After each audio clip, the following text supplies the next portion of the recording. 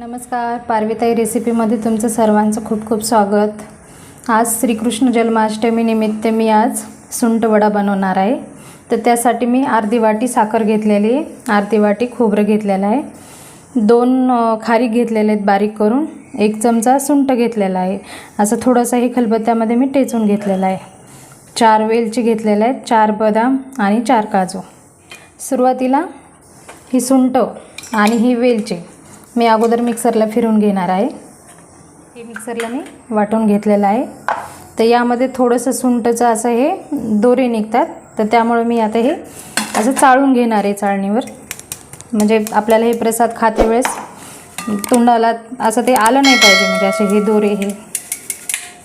तर अशा प्रकारे हे मी चाळून घेतलेलं आहे। आणि हे जे आपलं निघालेलं आहे वरती हे तुम्ही चहाला वापरू शकता।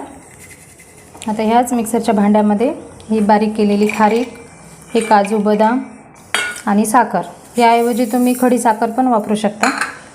आता हे पण मी मिक्सरला बारीक करून घेणार आहे। तर अशा प्रकारे हे पण मी वाटून घेतलेलं आहे।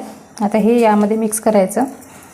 यामध्ये आता थोडंसं खारीक पण असं जास्त बारीक नाही निघालेलं, पण हे प्रसादासोबत खूप छान पण लागते खारीक। आता यामध्ये हे खिसलेलं खोबरं हे पण यामध्ये मिक्स करणार आहे। आता हे सर्व साहित्य मी असं मिक्स करून घेणार आहे।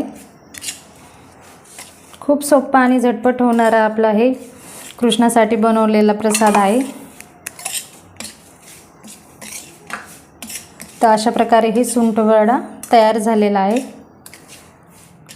तर अशा प्रकारे मी घरी सुंठवडा बनवलेला आहे।